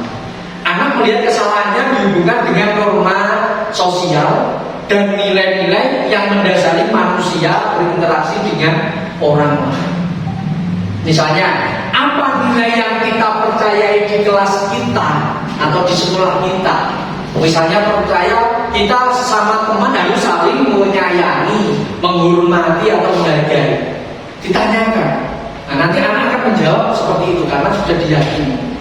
Kemudian nilai-nilai universal apa yang telah kita sepakati dari keyakinan tersebut? Nah, ketika membuat keyakinan kelas tidak terlalu banyak, pasti anak akan mudah mengingatnya. Kelas yang ideal itu seperti kelas yang ideal itu seperti apa sih? Kemudian kamu ingin jadi anak yang seperti apa? Tanyakan kembali. Apa yang kamu rasakan ketika kamu melakukan itu? Kamu menjadi orang yang seperti apa? Misalnya ketika melakukan kesalahan. Jadi menggunakan kata-kata yang positif.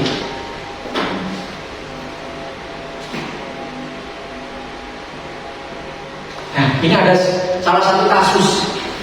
Nah, yang kemarin sudah untuk tugas demonstrasi kontekstual saya terkait dengan penggunaan restitusi. Yaitu Via tidak terima diajak oleh temannya yang bernama Naya. Dia marah-marah dan tidak bisa mengendalikan emosinya. Ini karena diajak terus-menerus bukannya. Selamat pagi Mbak Via. Selamat pagi Pak. Tadi Pak Ir mendapat laporan dari ketua kelas, katanya kamu bertengkar dengan Naya. Iya Pak, habis kesal sih. Kenapa kok kesal? Saya mengejek saya Pak. Aku dikatain tes. Oh begitu ceritanya. Wajarlah jika kamu marah dan kesal. Jika Pak Ir di posisi kamu, mungkin Pak Ir akan melakukan hal yang sama. Apa yang telah kamu lakukan terhadap Naya? Saya marah-marah Pak, lalu membuang bukunya hingga Naya menangis ketakutan. Pasti kamu berbuat seperti itu ada alasannya. Iya Pak, masa saya diam saja diajak terus-menerus. Saya biasakan pemberian Tuhan. Iya, Pak Ir sangat menghargai tindakan kamu yang tidak berbuat lebih buruk dari itu. Sekarang coba kita pikirkan bersama-sama. Tindakan marah-marah dan melempar buku sudah sesuaikah dengan keyakinan kelas kita? Tidak, Pak. Nah, keyakinan kelas apa yang telah kamu langgar? Saling menghormati dan menghargai, Pak. Apakah saling menghormati dan saling menghargai itu penting? Penting, Pak. Jadi, keyakinan kelas apa yang seharusnya kamu lakukan agar tidak marah-marah? Harus sabar dan mengendalikan emosi, Pak. Apakah kamu bersedia memperbaikinya? Bersedia, Pak. Tindakan apa yang akan kamu lakukan untuk memperbaiki kejadian ini? Saya akan lebih bersabar dan mengendalikan emosi, Pak. Saya akan melaporkan ke Pak Ir jika saya dihina teman-teman, Pak. Ya, memang kamu harus lebih bersabar dan mengendalikan emosi. Tepat sekali tindakanmu, Mbak Fia. Nah, tetap semangat ya. Sekarang kamu boleh kembali ke kelas. Terima kasih, Pak. Oke, sama-sama Mbak Fia. Itu ya terkait dengan apa itu namanya kasus dari yang pertama. Kemudian kasus yang kedua, Amar sering datang terlambat, terutama jam olahraga, sehingga ketinggalan mengikuti pelajaran. Penanganannya seperti ini. Nanti bisa dilihat dulu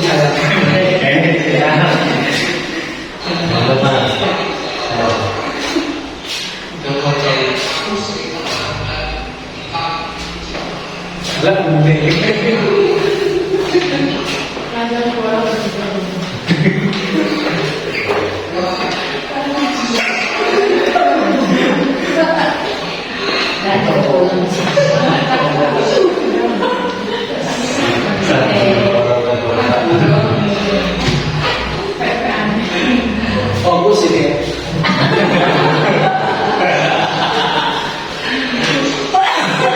Aman lebih agak kemudian itu aman lebih kenalan apa ini?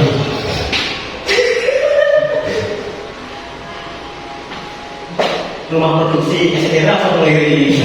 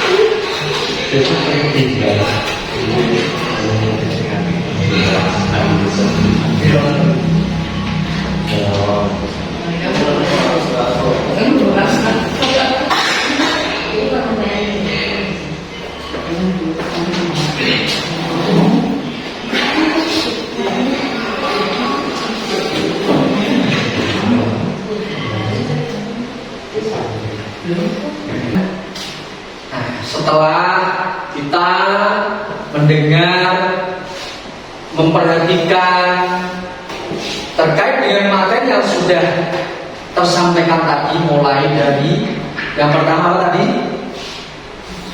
Disiplin positif, nilai-nilai kebijakan universal, hingga sampai segitiga restitusi. Kita lakukan refleksi. Hal baru apa yang merubah paradigma saya yang saya dapatkan dari materi tadi yang melekat di benak dengan semangat terkait dengan apa? Yang kira-kira yang bisa merubah apa yang sudah menjadi mindset atau yang pernah Anda lakukan sebelumnya. Kemudian setelah mendengar apa yang pemaparan tadi yang bisa mengubah pandangan Anda, pola pikir Anda, kira-kira apa? Apakah terkait dengan apa itu penerapan disiplin positif atau terkait posisi kontrol Nah, 5 posisi kontrol. Apakah jenengan yang semula suka melakukan penghukum atau menjadi guru yang penghukum, kamu setiap pagi datang terlambat, nah seperti itu, atau kamu tidak kasihan dengan ibu bisa stres gitu, misalnya gara-gara sikap kamu yang selalu datang terlambat, dah pusing ibu misalnya seperti itu, atau sebagai teman, hai bro, tumben kamu datang pagi bro misalnya seperti itu. Kadang-kadang satu berlebihan seperti itu. Atau sebagai pemantau, ayo ini jam berapa, seperti itu. Atau sebagai manajer, kenapa kamu kok bisa terlambat? Nah, apakah seperti itu mana yang ingin Anda ubah dari diri Anda setelah dari tadi? Sudah mengetahui pemaparan teori kontrol, kemudian motivasi setelah terkait dengan motivasi perilaku tadi. Kira-kira motivasi mana yang ingin jenengan semua sampaikan berikan kepada anak agar lebih aktif lagi dalam belajar? Apakah memberikan bintang 10 misalnya seperti itu, atau hadiah, dikasih permen atau dikasih apa? Walaupun jangkaannya pendek, atau memberi motivasi untuk menghargai dirinya sendiri. Atau yang terjadi ketiga tadi terkait dengan segitiga institusi dalam menyelesaikan masalah, atau kaitannya dengan disiplin positif yang pertama tadi. Monggo salah satu silakan, monggo. Boleh. Yang pertama dulu ya, monggo. Purwo. Baru yang motivasi saya yaitu saya ingin yang tadi memberi hukuman, saya ingin lebih ke menjadi manajer. Okay. Terima kasih, tepuk tangan buat Purwo. Hikmah yang dapat diambil adalah yang pertama, berarti Purwo mendengarkan. Walaupun apa itu namanya posisinya sudah sore, ngantuk dan lain sebagainya, memperhatikan karena betul-betul ingin berubah. Akhirnya membuat pola pikir paradigma dari pandangan Purwo yang semula sering mungkin Purwo itu menghukum. Walaupun terkadang menghukumnya tidak menghukum dengan kekerasan tapi dengan mendidik. Tetapi itu bukan alasan, namanya menghukum yang mendukung hal yang negatif. Berarti ingin berubah menjadi yang positif, menjadi guru dengan posisi kontrol manajer. Itu yang pertama. Yang kedua adalah perasaan apa yang muncul selama mengikuti sesi ini, khususnya mengenai makna disiplin dan motivasi intrinsik. Monggo silakan. Terkait dengan motivasi atau perasaan yang muncul setelah mendengarkan pemaparan disiplin atau motivasi intrinsik, atau tadi ya ingin membuat siswa menghargai dirinya sendiri, atau mungkin perasaan yang muncul itu apa? Berarti misalnya contoh saya saja, sebelum saya masuk ke dalam proses CGP itu awalnya juga sama, saya kira itu betul. Ketika saya memberi motivasi, pandangan saya itu bagaimana? Ketika kita memberikan hukuman, walaupun dengan cara positif, sebenarnya menurut saya itu betul. Mungkin jenengan semua ini pandangannya kan sama kan? Oh ternyata ketika mempelajari motivasi ini, disiplin positif, ternyata itu salah. Karena apa? Memang efektif dalam waktu jangka pendek, tetapi untuk jangka panjangnya itu kurang efektif. Intinya apa? Ya selalu harus di pancingan-pancingan tersebut dengan motivasi eksternal. Tidak ada muncul dari dalam dirinya sendiri. Jadi itu. Kemudian saya akan menjadi atau yang seperti apa setelah mempelajari, mengikuti diseminasi ini. Kira-kira jenengan semua itu ingin menjadi pengajar yang bagaimana? Setelah mendapatkan modul ini, apakah masih tetap sama? Saya tetap kukuh dengan pendidikan saya sebagai penghukum, penghukum atau seperti itu misalnya, atau bagaimana? Atau berubah paradigmanya atau bagaimana? Sedikit menyampaikan ya. Monggo. Terima kasih menyambung apa yang disampaikan oleh Bu Purwo, bahwa yang memang selama ini saya secara pribadi mungkin bertindak pada quality control yang pertama sebagai penghukum, berubah untuk menjadi manajer. Mungkin ini tidak saya bertanya ya, kita diskusi bersama. Yang masih saya agak takut di sini yang dijelaskan dari yang saya tangkap secara pribadi, atau mungkin saya agak ngantuk-ngantuk gimana. Yang saya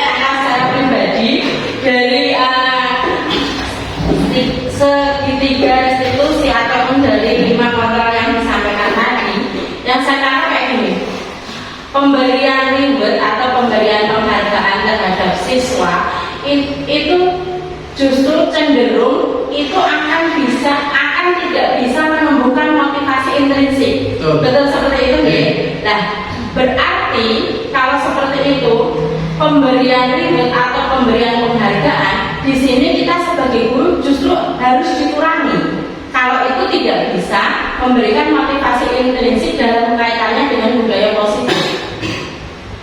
Ini yang saya tangkap di situ ya. Berarti ketika kita memberikan reward atau penghargaan terhadap katakanlah sikap anak, katakanlah hasil karya anak, itu justru akan memberikan efek jangka pendek. Yang saya terima seperti itu ya.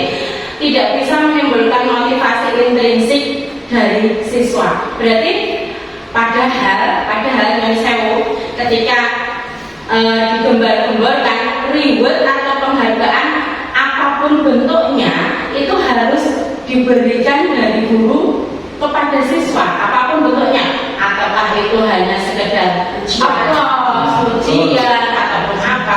Tapi saya tangkap dari mungkin nanti bisa dijelaskan kembali apakah saya salah menerima atau bagaimana.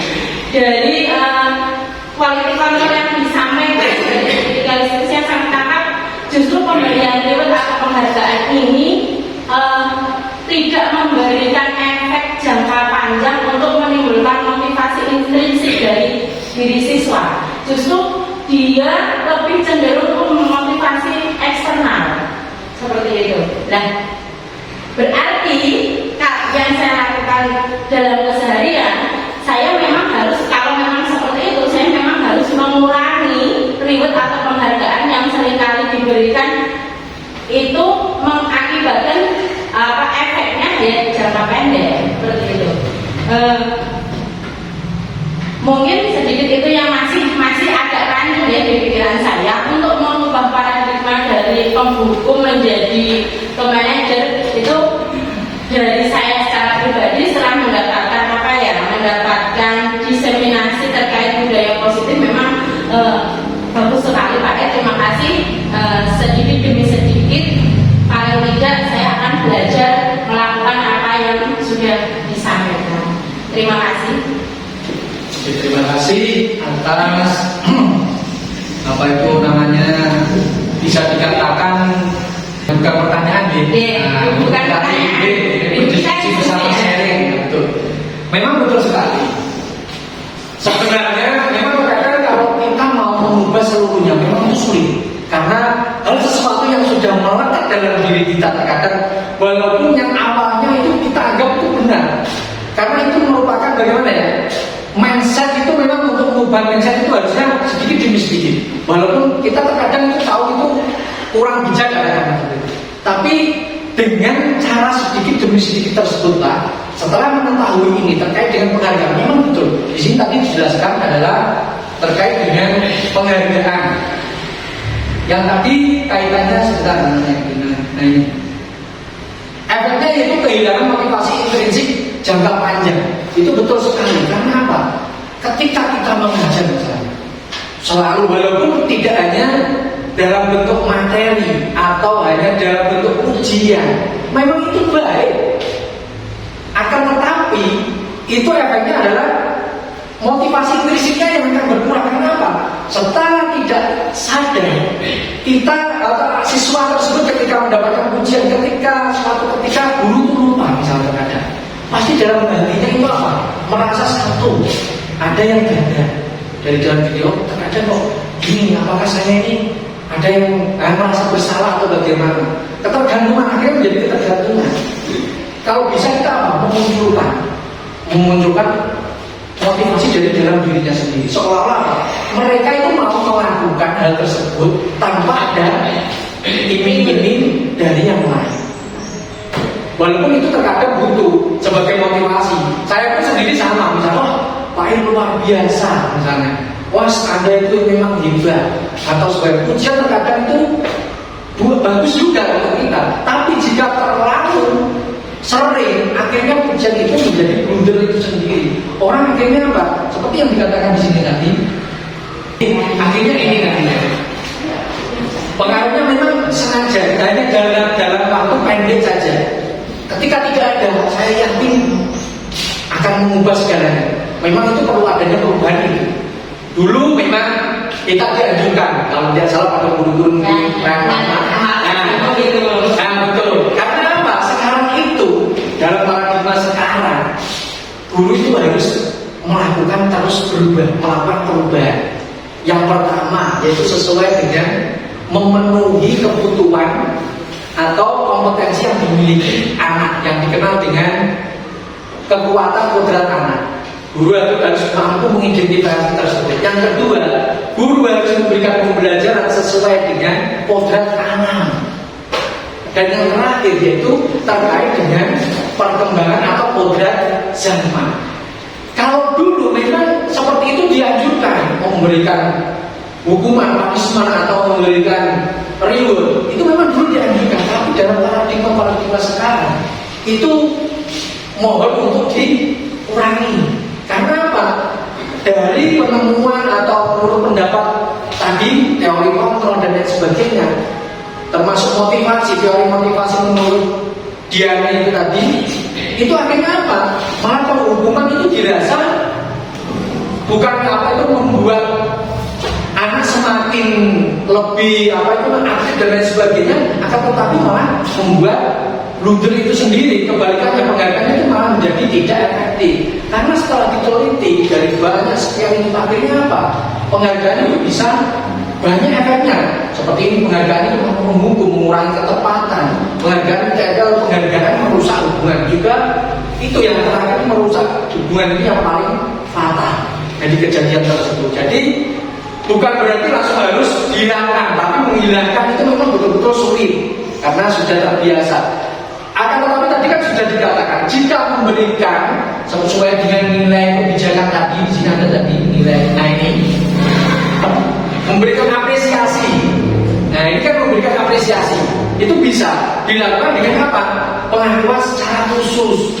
Misalnya khusus ya, tadi langsung ke anaknya tanpa melibatkan yang lain. Karena apa? Bisa menimbulkan kata-kata yang tadi. Apa itu namanya? Pembulian atau secara pribadi. Misalnya ketika anak seperti tadi yang saya sampaikan, misalnya dalam pembelajaran apapun dengan matematika, ketika anak berhasil dalam mengerjakan, kasih aplaus semua buat kita semua, misalnya. Jangan terus misalnya seperti ini, wah Mas Amar atau Mbak Nau luar biasa. Berarti otomatis yang luar biasa adalah Mas Amar dan Mbak Nau.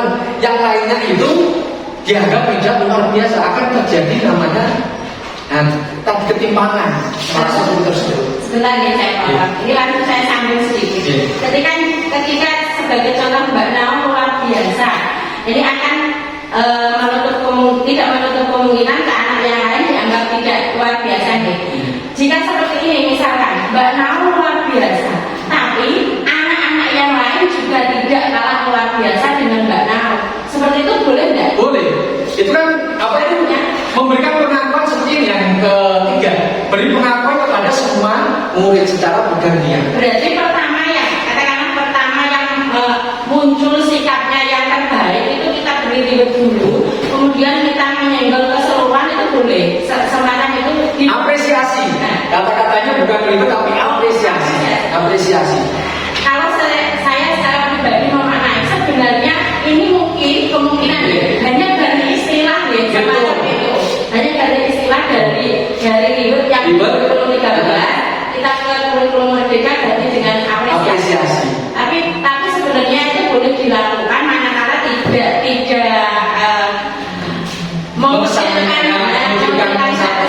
menonjolkan satu siswa semacam itu. Banyak sebenarnya. Ketika kita memberikan apresiasi itu tidak diberikan secara langsung, misalnya secara khusus atau pribadi tadi, misalnya dengan menepuk pundak seperti ini.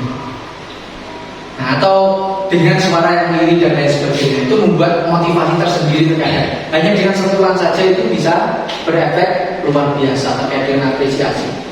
Itu contoh-contoh kemarin yang saya dapat seperti itu, ada yang seperti itu. Intinya kita jangan memberikan iming-iming, memberikan harapan palsu. Saya di awal bilang ini, saya ulang bertanya. Kita Bagaimana dengan apa yang disampaikan itu? Bagaimana dengan ketika kita menitik balik karakteristik siswa sekolah dasar yang memang senang dengan diberikan penghargaan? Kita kembali ke karakteristik siswa sekolah dasar yang di usia yang saya bilang di operasional komplek ya, itu kan memang mereka senang ada di pujian, senang diberi penghargaan. Berarti kita katakanlah agak melenceng dari sana. Sebenarnya gini, setiap anak itu memang berbeda. Sebenarnya itu memiliki mindset sendiri-sendiri dari awalnya. Yang salah itu bukan dari anaknya, tapi pemberiannya, pemberian kebiasaan tersebut yang salah. Berarti ketika masuk ke dalam sekolah, lingkup sekolah dasar, sebelumnya kan anak sudah dibekali, mulai dari pendidikan atau playgroup ya. Nah, seperti itu. Betul. Kalau dulu memang seperti itu, dikasih reward dan lain sebagainya. Tapi sekarang dengan pendidikan yang sekarang memang sudah berubah. Zamannya kita yang harus berubah. Harusnya dari ini ada sinambungan. Kalau dari awal sudah paradigmanya sudah berubah, otomatis paradigma tersebut ya memang sudah berubah. Otomatis kita yang harus mengikuti perkembangan paradigma tersebut. Jangan sampai hal yang sudah masa dirasa kurang tepat lah, itu jangan sampai dilanjutkan terus menerus, tapi kita ubah sedikit demi sedikit terkait dengan pemberian tersebut, reward tersebut. Mungkin masih ada yang lain mungkin yang masih mencari apa yang namanya kita sharing lah. Bahwa kayaknya masih penasaran ya. Gimana? Ya, oke. Mungkin ini yang dapat saya sampaikan. Saya mengucapkan terima kasih walaupun ini sudah melebihi batas waktu yang ditentukan sampai 1 jam setengah. 1 jam setengah di luar ekspektasi saya. Tapi saya memang dari tadi sudah terkait dengan pemberian ini tidak cukup hanya dengan 1 jam. Bahkan kalau kita diberi waktu yang cukup, misalnya dari pagi bisa setengah hari tidak akan selesai. Betul, saya yakin. Dengan pasti banyak ada. Perasaan yang tidak apa-apa. Itu saya berarti dengan luar biasa. Beri apa semua banyak. Tidak sia-sia. Walaupun ya kita lagi boleh nggak bakal komentarnya ke bawah.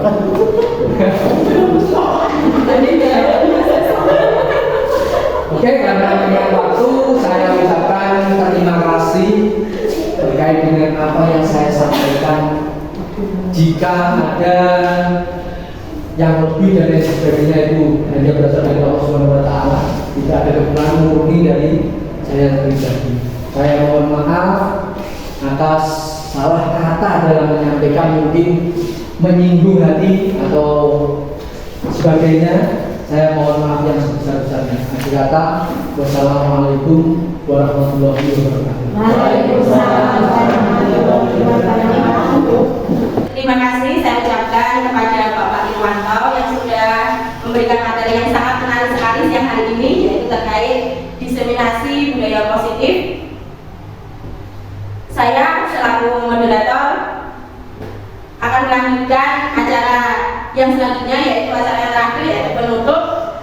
Marilah kita bersama tutup dengan bacaan hamdalah. Alhamdulillahirabbil alamin. Demikian acara diseminasi pada siang hari ini.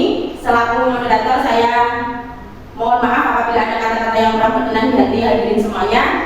Bila itu hidayah, wabillahi taufiq. Wassalamualaikum warahmatullahi wabarakatuh. Waalaikumsalam warahmatullahi wabarakatuh. Assalamualaikum warahmatullahi wabarakatuh. Waalaikumsalam warahmatullahi wabarakatuh. Selamat pagi anak. Selamat pagi Pak.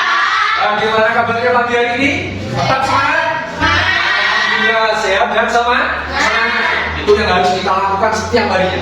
Kita itu bersemangat. Apalagi ini adalah pertama kali kalian memasuki tahun ajaran baru, yaitu kalian sudah naik dari kelas 4 ke kelas 5. Bagaimana perasaan kalian ketika naik ke kelas 5?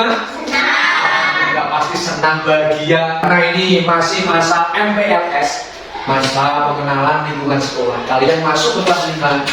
Nah, kemarin sudah dibentuk untuk struktur organisasinya, mulai dari ketua dan lain sebagainya, sudah ya? Sudah. Regu pikirnya sudah? Sudah. Kalian sudah membentuk semua terkait itu. Tapi masih ada satu yang belum terbentuk, yaitu adalah keyakinan kelas.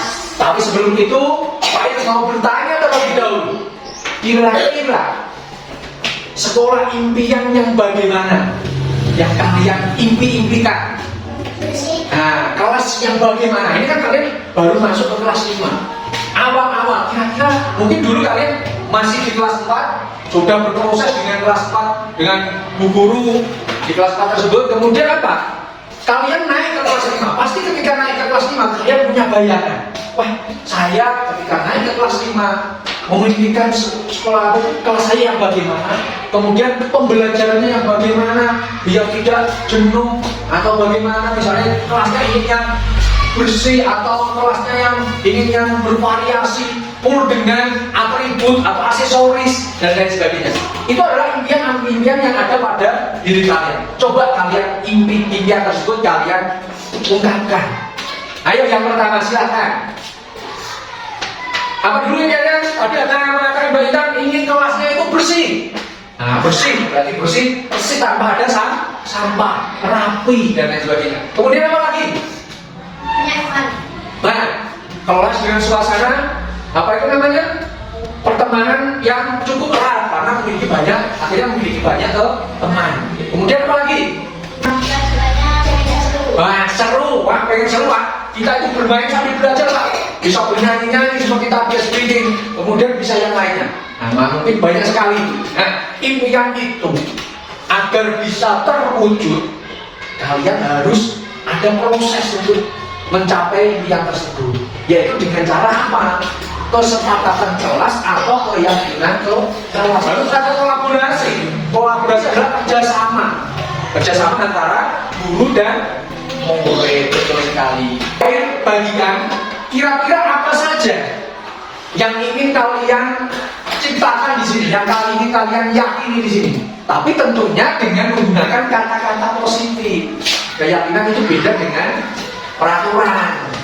Kalau peraturan kan menuntut kalian, pokoknya kalian harus mematuhi tata tertib ini, tidak boleh ini dan sebagainya. Itu namanya peraturan.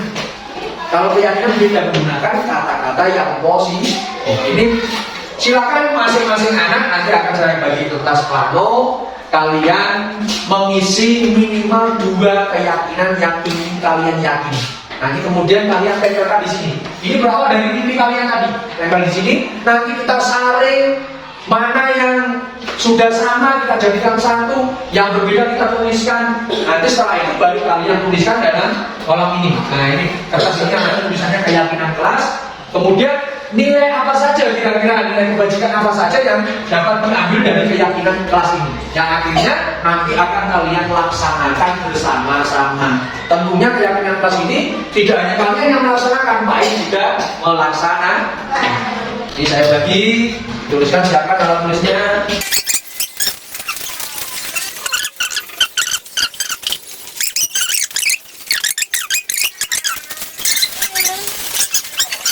Yang pertama, nah, terkait dengan di sini ada yang mengatakan sebelum pembelajaran itu harus masuk atau datang ke sekolah tepat waktu. Nah, berarti masing-masing kalian menginginkan apa? Ketika masuk ke sekolah, semuanya harus datang tepat waktu. Itu baik bagi kalian sebagai murid, juga baik sebagai guru. Jadi ketika masuk harus tepat waktu. Kalian masuk ke berapa?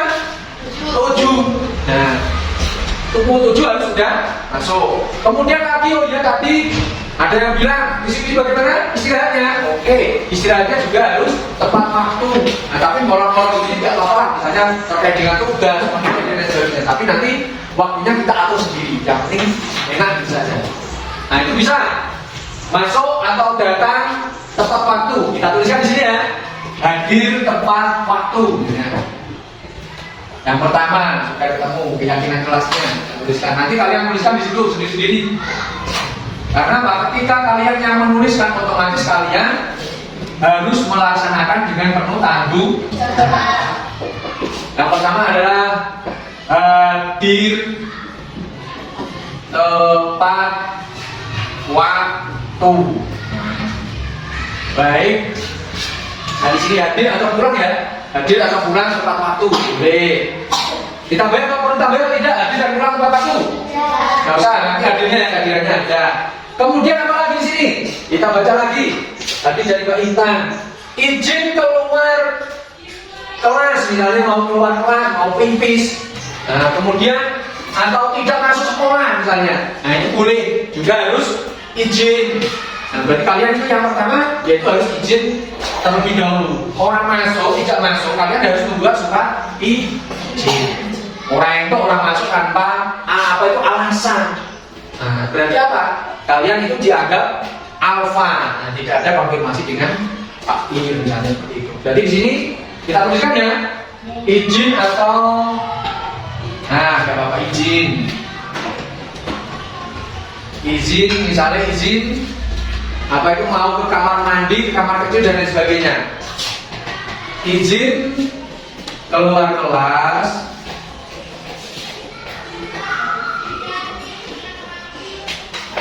Dan izin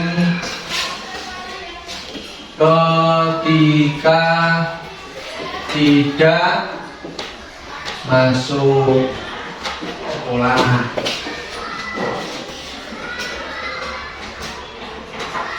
Kemudian yang ketiga, apalagi di sini ada, saya bacakan, berperilaku sopan. Nah, itu sudah termasuk atau tidak? Wajib kalian laksanakan atau tidak? Wajib. Sopan. Sopan itu apa nih sopan? Ketika sopan dalam berperilaku. Apalagi kalau Pak Ero sudah ngapain? Bicara, betul sekali. Ketika berperilaku kalian harus sopan. Ketika berbicara pun sama, harus santun. Sopan dan santun dalam berperilaku. Nah, saya tuliskan di sini. Sopan dan santun dalam berperilaku. Kemudian apa lagi di sini yang bisa menjadikan keyakinan kelas? Apa? Udah, nggak apa-apa keluar dulu. Mau umur nggak apa-apa? Umur. Giginya apa, Pak? Nah seperti ini tadi. Berarti apa? Ketika mau keluar kelas apa izin. Bagus sekali. Berarti kalian sudah bisa menanamkan hal tersebut. Gimana cara kamu? Kegigit apa oke? Gigi ini mana? Gigi ini? Oh, gigi paling ya. Apa diberitai ini mau? Ketangkap paling. Gak sadar gigit. Kemudian, di sini ada yang seru. Ada yang membuat Fair itu apa itu namanya? Cukup membuat apresiasi. Di sini apa? Kata mengucapkan tomat. Wah, tomat itu apa tomat?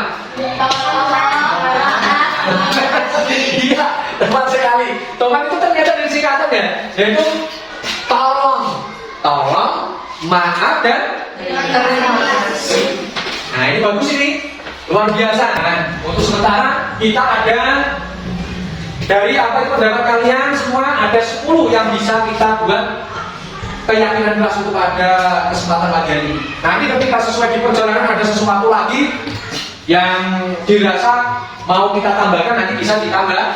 Nah, untuk ini silakan kalian tuliskan di sini biar satu persatu ya. Nanti tuliskan di dalam sini keyakinan kelas. Biar apa? Kalian yang membuat sendiri, kalian yang melaksanakan, dan kalian juga meyakini dan mentaatinya. Paham ya? Itu yang diharapkan dari keyakinan kelas. Silahkan satu persatu kalian tuliskan dulu dari awal sampai akhir. Nanti Pak, ada yang lebih dua nanti bisa ditambahkan di bawah namanya. Ya nggak apa-apa yuk. Muros sama ini nggak apa-apa.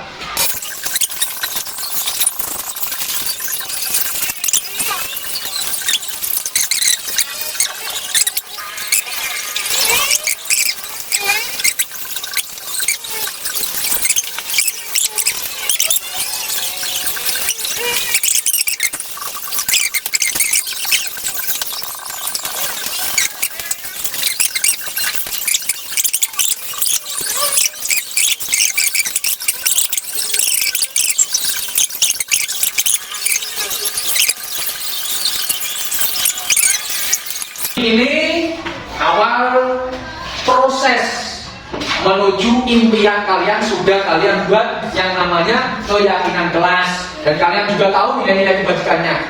Karena ini sudah kalian tentukan bersama-sama, ini wajib untuk dipatuhi dan dilaksanakan.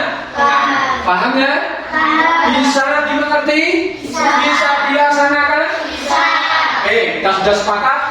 Keyakinan kelas ini wajib dilaksanakan dengan penuh tanggung jawab. Nah, setelah ini silahkan kalian bisa istirahat terlebih dahulu. Nanti masuk sesuai dengan jam yang sudah ditentukan. Itu juga termasuk keyakinan kelas kita. Mungkin dari Pak Ed cukup sekian. Wassalamualaikum warahmatullahi wabarakatuh. Waalaikumsalam warahmatullahi wabarakatuh. Silakan istirahat dulu. Demikian pemaparan yang bisa saya sampaikan.